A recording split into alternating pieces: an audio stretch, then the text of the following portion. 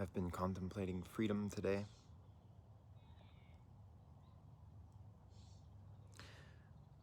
Alongside some of the ways in which freedom is suppressed and targeted in our world.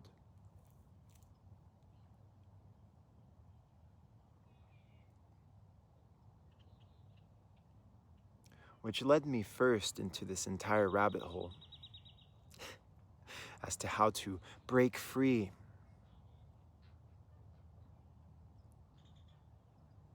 And then, just now, walking through this little forest, if we want to call it that, a contemplation of the questions.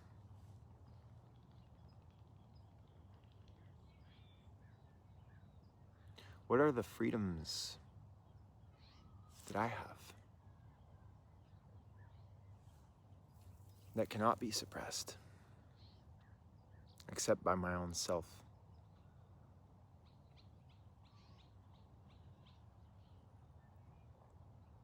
Freedoms that are accessible at all times.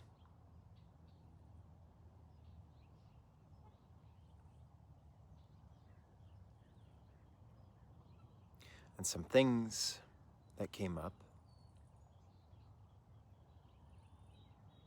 were first, my connection to God, my connection to the mother, to the goddess, to nature.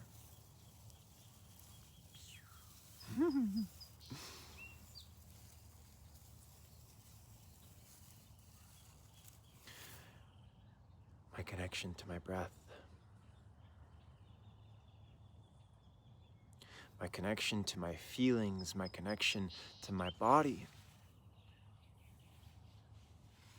My connection to my purpose. To name a few.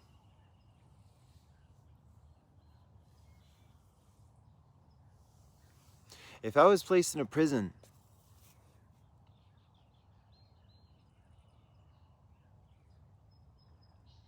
I would still have access to a notebook or a piece of paper and a pencil or a pen. I'm pretty sure. And if not that, which is my writing, which gives me so much life, I would at the very least still have my prayer. They could pin me down so that my body is immobile and I could still pray. And I could still thank God for my current existence, for my past existences, for my future existences. All of which, in the grand scheme of God's universal perception,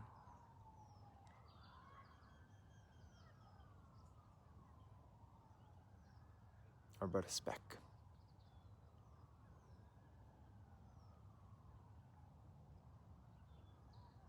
A fleeting dream of a flower in bloom.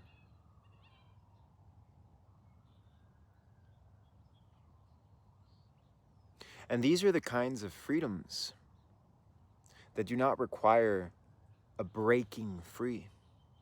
They do not require a fighting. They do not require resistance. They're seamless. Now that said,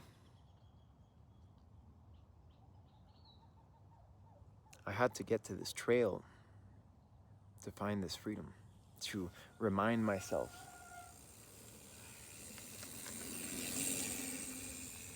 of the accessibility of this freedom, of the unconditionality of this freedom.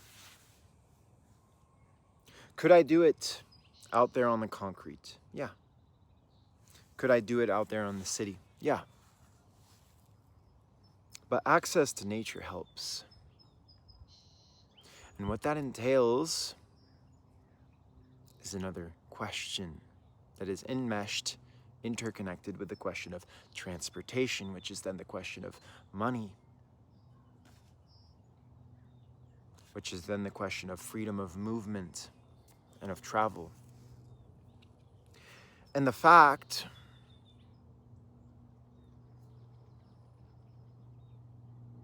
that being broke is not so conducive to freedom in this world. There is within me, and there has been in myself and in many philosophers. I don't know why I put that in quotes. There has been in philosophy, in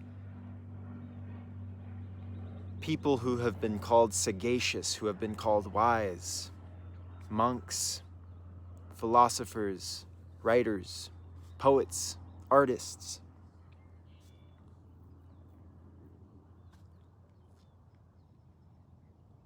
There has been a bit of a sprout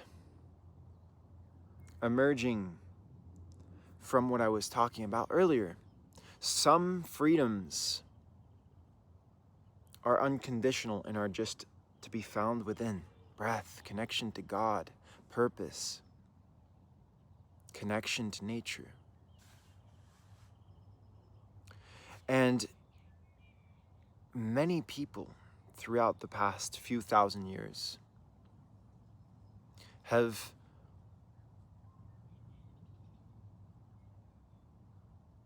minimized the importance of creature comforts, so to speak.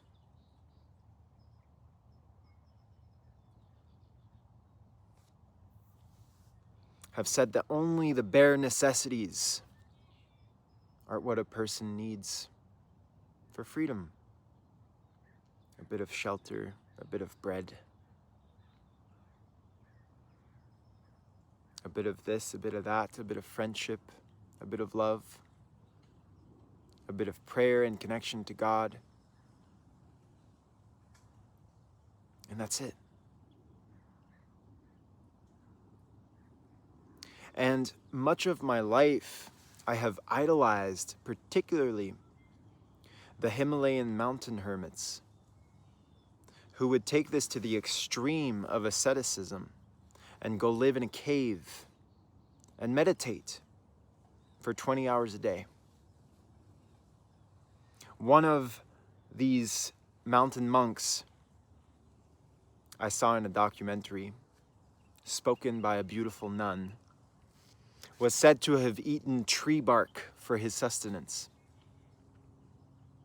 Renounce comforts to the extremity that you eat tree bark to nourish yourself. And you live in a cave where there is a wood stove heated bed, and you can heat your bed at night. They could do this, the Himalayan hermits, but they would choose not to for the sake of refinement of will and meditative practice.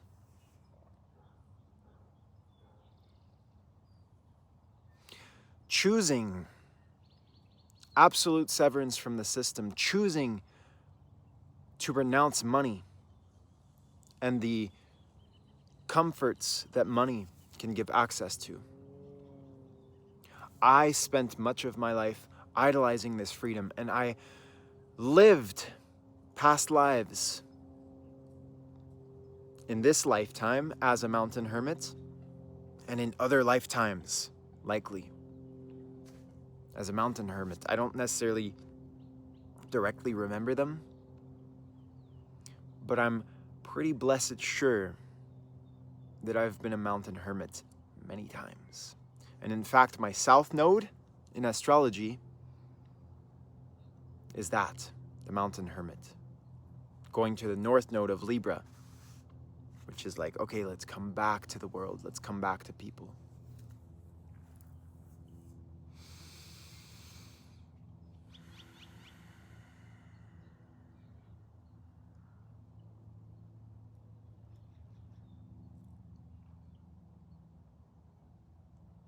We live in a different world now.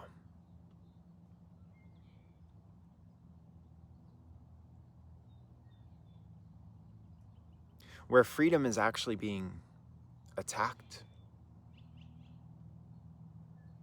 And even that option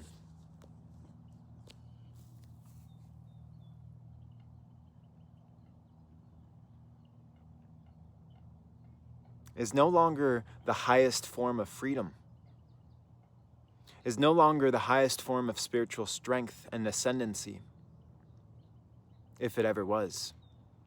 I long lived with this idea that the pinnacle of human freedom and ascendancy and spiritual growth and development and evolution was to be that mountain hermit in the cave, to walk away from any semblance of temptation or connection to the system.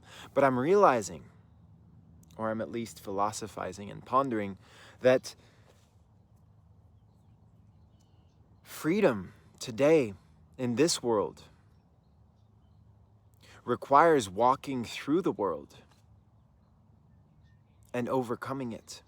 Overcoming the temptations, overcoming the limitations imposed upon freedom, including those of money and poisonous food systems and laws that will try to tell you that you can't do this, you can't do that, you must obey, obey, obey, obey.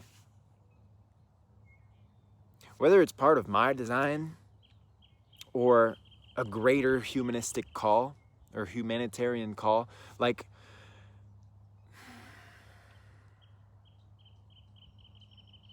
there needs to be a challenge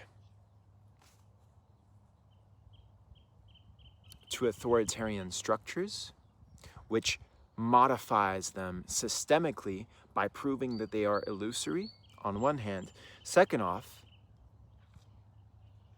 there is a necessity for those who have embodied that kind of conscious mastery, ascendancy of the mountain hermit, with that ironclad discipline to meditate for 20 hours a day. That kind of discipline, that kind of energy, that kind of mastery is now needed to overcome the systems of control, to learn to master,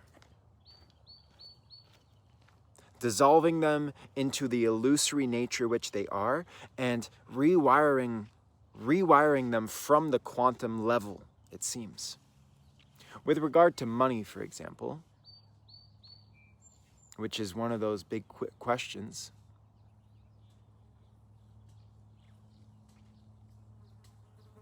a lot of quote-unquote freedoms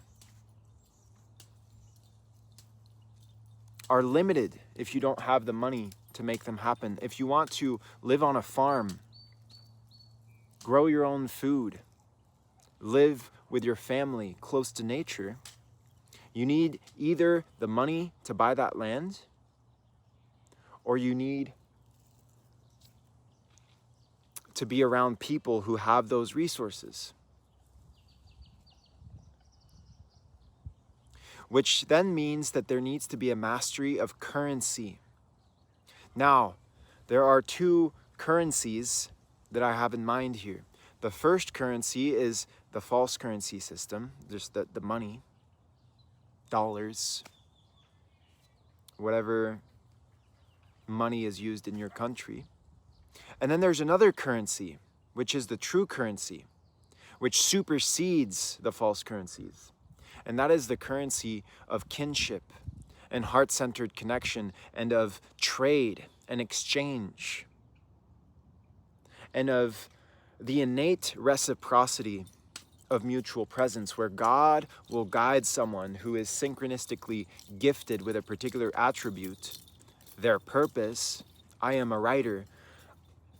Metaphysically, I can be guided somewhere with my prayer, with no money involved, to somewhere where a writer is needed. And then they have something that I need. And that is a more innate and organic form of currency. And so for those of us for whom freedom is of paramount importance, there is a requirement, an ask, an invitation by the way that this world exists for us to master either both or one of these forms of currency. Master money, or master the connection of magic, the connection-based, hold on. Master money, or master the innate reciprocity present within human connection, regardless of money. Become value within yourself. Make your own existence valuable so that people want to be around you. So that you lift things up, you purify things, you liberate things in your presence. And this is a process of internal self-mastery and external self-mastery. In showing up in the world, in showing up to the alchemy of human relations in a way that can amplify and liberate people's souls. And in both of these forms of currency, freedom comes from embodying your purpose. My purpose is my voice, my purpose is my writing, my purpose is my depth. The philosophical exploration and transliteration of all of these celestial earthly explorations, microcosmic, macrocosmic. And the more that I refine, the more that you refine, the more that we refine, truly embodying the gifts that God has given us and gifting them to the world, then both of these currencies will magically align themselves to the divine alignment of our purpose. Do you get what I'm saying? I haven't written a book yet because I'm afraid to write a book. I still have fears inside of me that I need to overcome and conquer, that are misalignments, that are imbalances within my being. But when I write my book, I envision that I won't even have to go and look for a book publisher. I will just be walking through the world. I will be offering my typewriter poetry, and I'll be happening to look for a publisher at that time, and they will just walk in.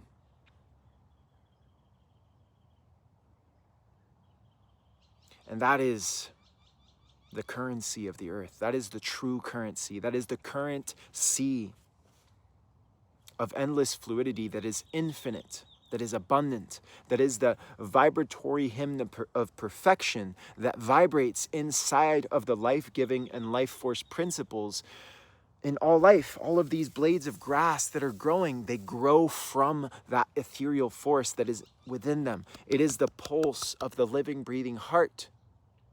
It is the energetic substratum that is like flowing in the roots of the trees, in the tree trunk, into the branches, into the flowering, into the fruit, which becomes nourishment, which becomes necessity for life, which becomes survival, which becomes provision of the mother.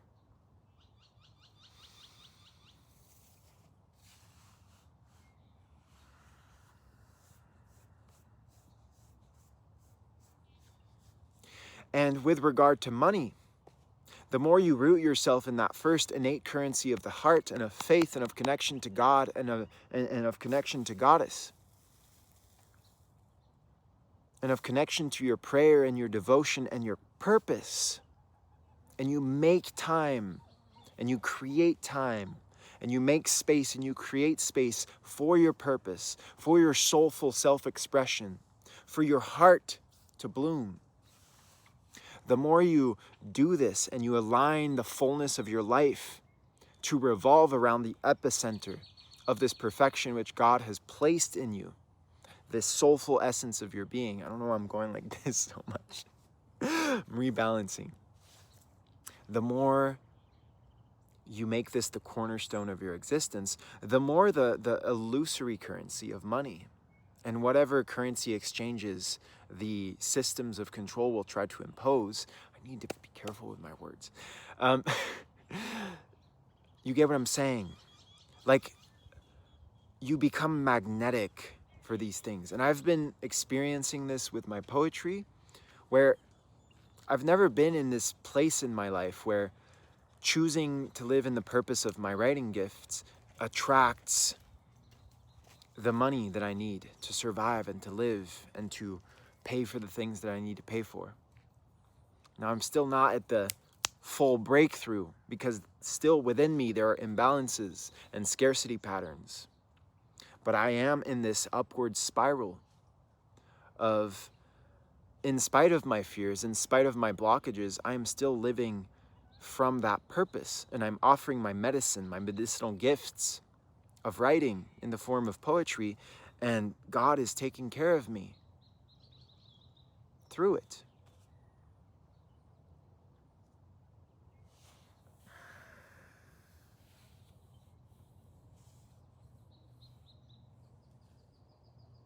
And it doesn't have to be hard anymore.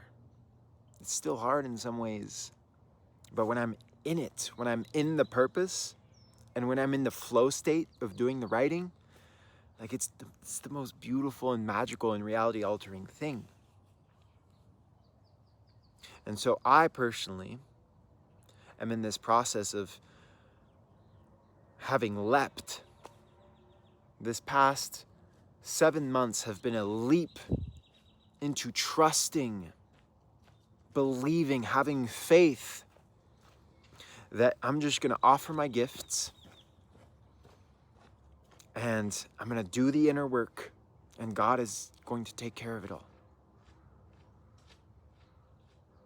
And it's been working, because I am evolving, and I'm witnessing those parts of me, those internal imbalances, those internal scarcity patterns, like I was just speaking, this like obsession with like going and being a mountain hermit. Here in speaking about it, I process it and I reevaluate it. And I say, does this serve me? Or do I want to release it? Or do I want to rewrite it into a new form? Do you understand? I hope so.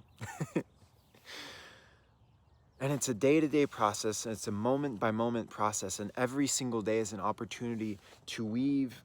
There is a bumblebee flying, whee, next to my head. A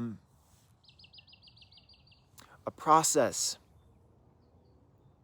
to experience this magic, to witness the magic, and to witness in the darkest moments, in the most fearful and terrifying moments, in the most painful moments, that is part of the magic, that is part of the releasing, that is part of the shedding.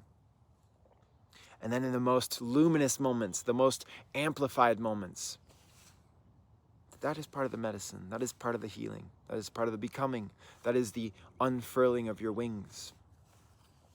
And I want to say one little thing. Yesterday, I was at this farmer's market, and I had one of those moments of fear and like, oh, I can't do this right now. There's too much energy at this market. It's one of those weird places. There's too much. I'm going to go. And I made that decision. And then right before I went, I decided, you know what? I'm just going to put a timer on. 10-minute timer. I'll give it 10 minutes, and we'll see if I'm meant to be here.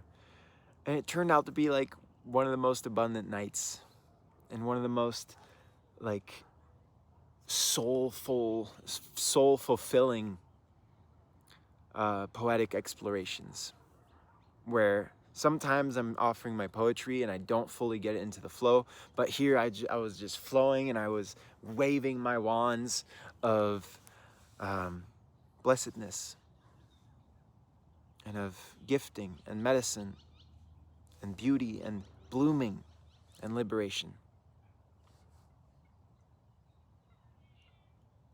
And I feel like just by overcoming that resistance in that moment, I evolved so much. And all of these things, they add up. And then they form the axiomatic cornerstone, the energetic cornerstone of your current sea, the current sea of your freedom, unconditional, flowing freely into the interconnectedness of being. And then you emanate that freedom. and you become that freedom, and you attract people who are operating on that frequency to co-create reality with. And that's how we liberate. And that is at least approaching true and absolute freedom in the world, as opposed to running away to the mountains to escape it all in a way that is far more comfortable. We must face these discomforts, we must overcome them, we must master them, we must prove to the systems that will try to tell us that we can't, and that we must do this in this way, and that will try to control us. We must tell them, only love has power here. Only God has power here. Only sovereignty can exist here. And if it challenges sovereignty, then sovereignty will challenge it. And only truth can persist, and all illusion naturally dissolves. So if it's a war, and there's to be a winner and a loser, truth wins. And freedom is truth. So, yeah. Choose your freedom and cultivate it like a garden of flowers, and then let it bloom. That's it. Thank you. Love you. Goodbye.